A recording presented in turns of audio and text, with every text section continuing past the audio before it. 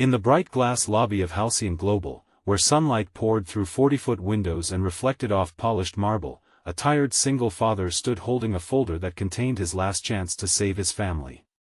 Across from him, Billionaire CEO Serafina Vale barely looked at his resume before sliding it back across the table. Her expression was composed, her voice calm, and her decision final. He did not have the executive background she expected. His suit was worn at the cuffs. His employment history carried a 6-year gap he could not explain without reopening the deepest wound of his life. Security was already approaching when a small girl in a white summer dress stepped out from behind the CEO, stared at the man with trembling eyes, and whispered the words that made the entire lobby fall silent. "Mom, that's my dad." Before we continue, please like, comment, share, and subscribe to Echoes of Hope if you believe in kindness, second chances, and the possibility that one compassionate decision can change an entire life. The man standing before Serafina was named Ronan Mercer.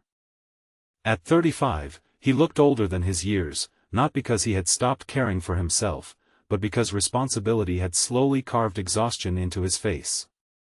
He lived in a narrow apartment above a closed bakery on the west side of the city with his 8-year-old son, Kellen.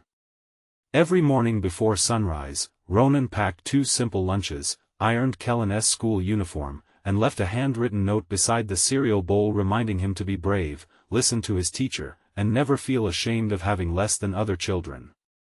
By 7, Ronan was unloading produce trucks at a neighborhood market. By noon, he was repairing delivery vans in a mechanic's garage. At 3, he hurried across town to collect Kellen from school before the late fee began. His days were measured in bus transfers, overdue notices, and the quiet fear that one unexpected expense could destroy the fragile life he had built. 6 years earlier, Ronan's life had been different. He had worked as an operations analyst for a growing logistics company and had been known for solving problems nobody else could untangle. He was married then to a woman named Morel, whose laughter could fill an entire room. They had a toddler son and dreams of buying a small house with a garden. Then Morel became pregnant again, and everything began to change. Her health deteriorated unexpectedly during the pregnancy. Hospital visits became longer, medical bills multiplied, and Ronan started missing work to care for her and Kellen. Their daughter was born prematurely during a stormy night in late October. Ronan remembered seeing the tiny child for only a few moments before doctors rushed her away. Morel, weak and terrified, was told that the baby had not survived. Grief consumed their home. Morel blamed herself, Ronan blamed the hospital, and neither of them knew how to carry the pain together. Within months, Morel disappeared from their lives, leaving behind a brief note saying she could no longer breathe inside a home filled with memories. Ronan searched for her for nearly a year, but every number was disconnected and every lead faded. Eventually, he was forced to stop searching because Kellen still needed breakfast, school shoes, bedtime stories, and a father who could remain standing.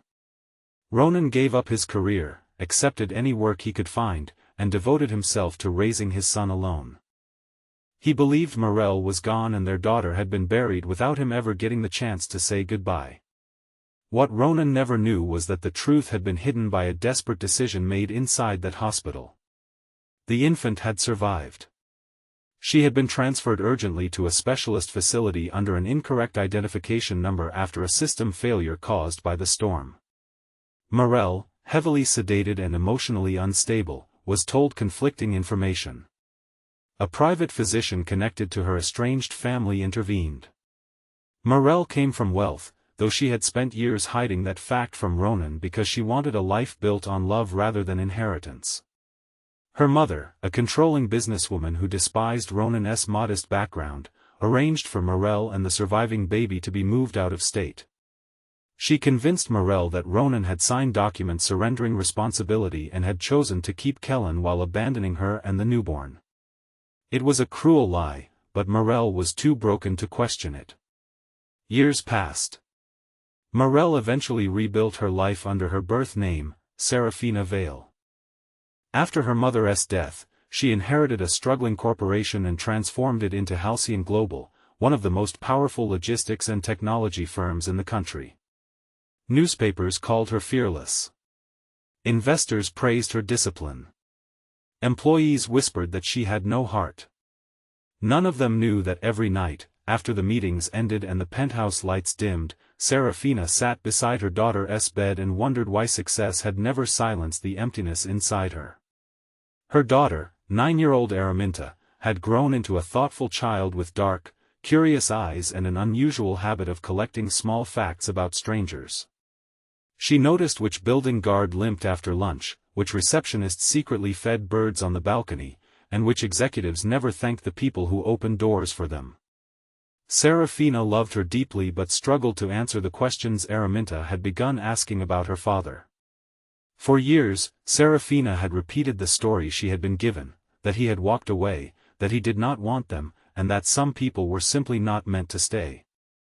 Yet each time she said it, something inside her resisted. That summer, Araminta found an old photograph hidden inside a locked wooden box in her grandmother's former study. It showed a younger Serafina standing beside a smiling man near a lake. Between them was a little boy holding a red toy airplane.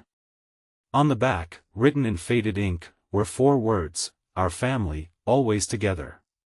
Araminta kept the photograph inside her school notebook. She did not confront her mother because she sensed the image belonged to a pain too large for a child to approach carelessly. But she memorized the man's face. She noticed his slightly crooked smile, the small scar near his eyebrow, and the way his hand rested protectively on the little boy's shoulder.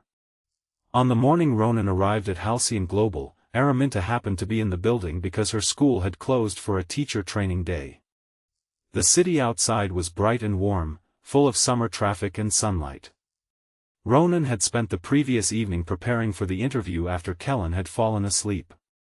He owned only one formal suit, purchased years earlier for Morel's memorial service. It no longer fit properly, but he cleaned it carefully and repaired a loose button with dark thread. The job was for a regional operations supervisor.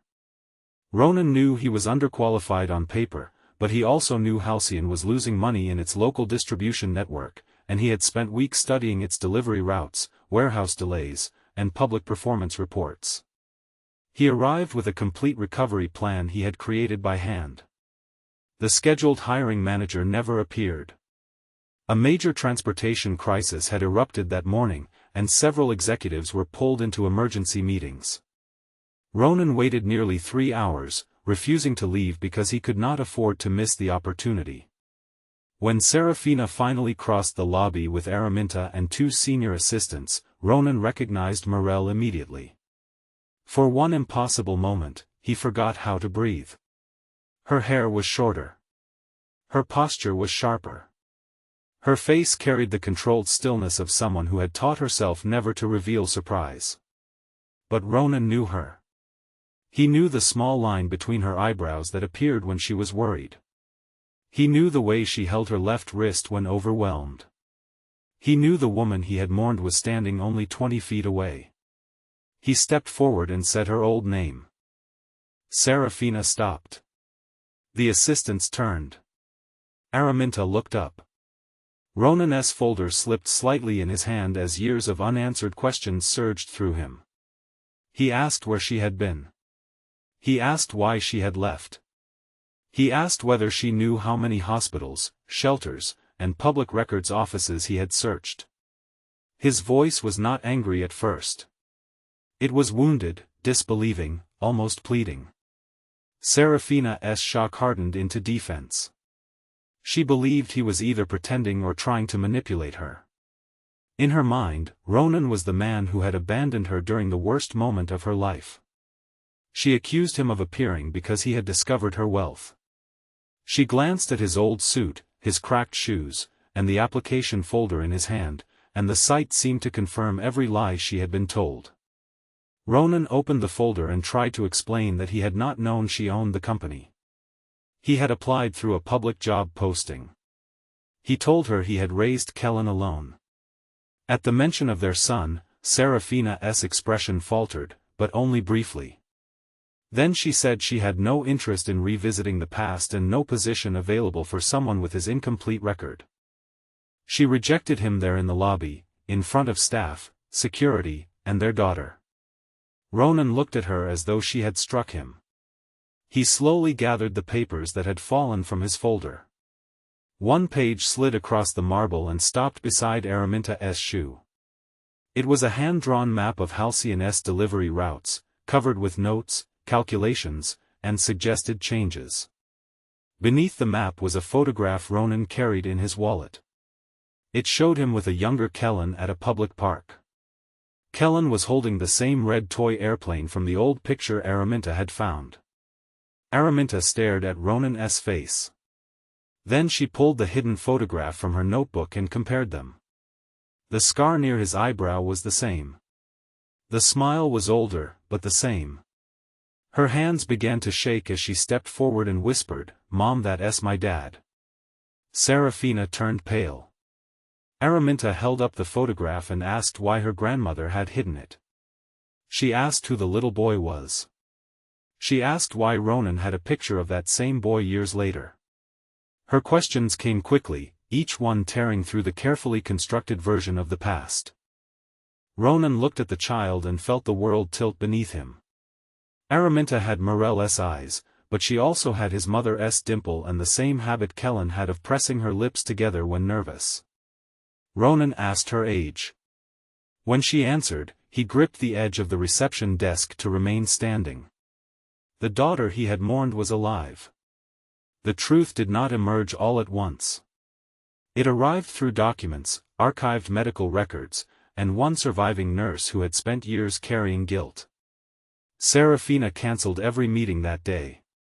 In a private conference room filled with harsh afternoon sunlight, she and Ronan examined the evidence together. The hospital's original intake records showed 2 identification numbers created for the same infant. A transfer form carried a forged signature resembling Ronan's name. Serafina found letters in her mother's estate that proved the deception had been deliberate. One letter described Ronan as unsuitable and insisted that separating the family was necessary to protect the Vale legacy.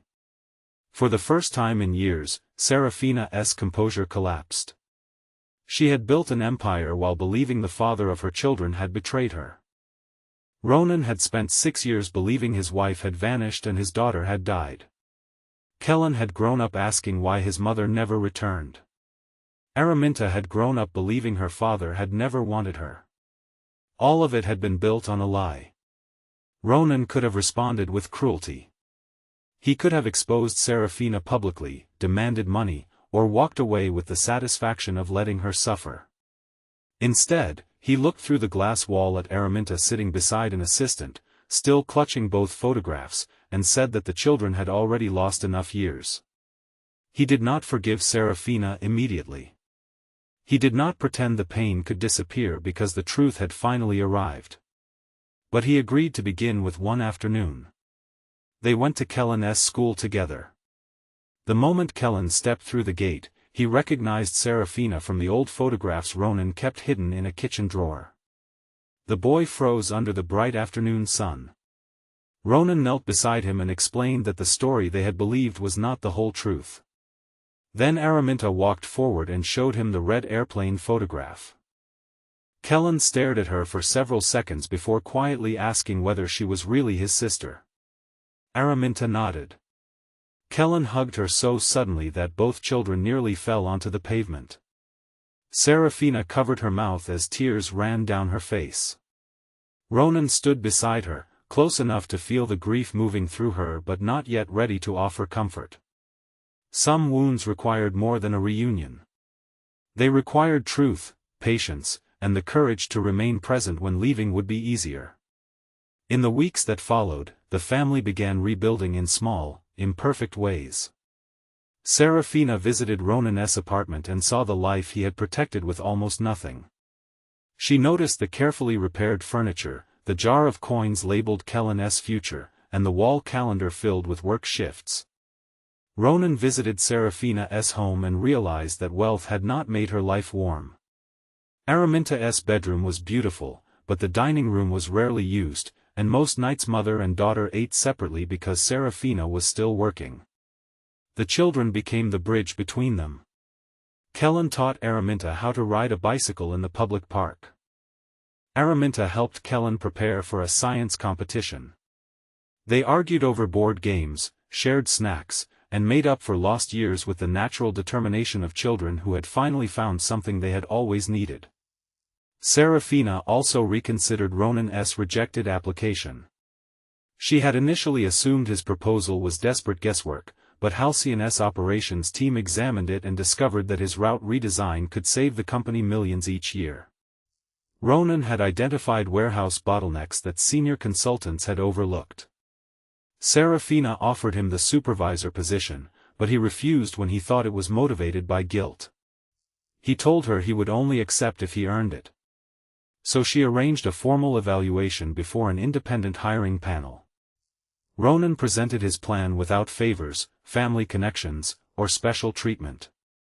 By the end of the meeting, the panel offered him a higher position than the one he had applied for. Within months, his system reduced delivery delays across the region and created more predictable schedules for hundreds of drivers. Ronan used his influence to establish emergency childcare support for single parents working in Halcyon warehouses, because he knew how many good employees were one missed shift away from losing everything. Serafina began changing too. She left the office before sunset twice a week. She attended Kellen's school events and learned to cook meals that did not come from a private chef. She apologized without defending herself. Ronan listened without promising immediate forgiveness. Trust returned slowly, not as a grand romantic miracle, but through consistent acts of honesty. A phone call answered. A promise kept. A difficult conversation completed without running away. Nearly a year after the day in the lobby, the four of them stood together at the same lake where the old family photograph had been taken. It was a clear daytime afternoon, with sunlight glittering across the water and children laughing along the shore. Kellen, now taller and more confident, held the faded red toy airplane. Araminta stood beside him with a new silver airplane Serafina had bought to match it. Ronan and Serafina remained a few steps behind them. She told him she did not expect the past to be erased. She only hoped they could build something honest from what remained. Ronan looked at the children and said that hope was not pretending nothing had happened. Hope was choosing not to let what happened control every day that came afterward. They did not return to the family they had once been. That family had been broken by lies, grief, and lost time. Instead, they created a new one, stronger because it was built with open eyes. The billionaire CEO who had once judged a poor single father by his worn suit eventually understood that Ronan had possessed something money could never purchase. He had loyalty when no one praised him, strength when no one supported him, and love that survived even after hope appeared dead. Ronan learned that forgiveness did not mean excusing the harm. It meant refusing to pass that harm to the next generation. Their story became known inside Halcyon Global, though the family never shared its most private details. Employees only knew that the CEO had changed after one summer morning in the lobby. The company became more compassionate. Hiring policies were revised to recognize caregiving gaps. Scholarships were created for children of single parents. Managers were trained to look beyond polished appearances and ask what strength might be hidden behind an unconventional resume. Years later, Araminta kept both photographs framed on her desk. One showed the family before everything was taken from them. The other showed the four of them at the lake after they had chosen to begin again. She said the first picture reminded her that love could be interrupted, but the second proved it did not have to remain lost forever. If this story touched your heart, please take a moment to like, share, and subscribe to Echoes of Hope. Your engagement helps stories of kindness, healing, and second chances reach people who may desperately need hope today. Before the ending, comment second chances can rebuild broken families to show that you believe people should not be defined only by their worst misunderstandings or hardest seasons. Sometimes the person standing before us in worn clothes is carrying a strength we cannot see. Sometimes the story we have believed for years is only the version someone else wanted us to accept. And sometimes, one child's quiet whisper is powerful enough to expose a lie, reunite a family, and remind the world that real wealth is not measured by the size of a company or the balance in a bank account. It is measured by the people we refuse to abandon, the truth we are brave enough to face, and the love we choose to rebuild when life gives us one final chance.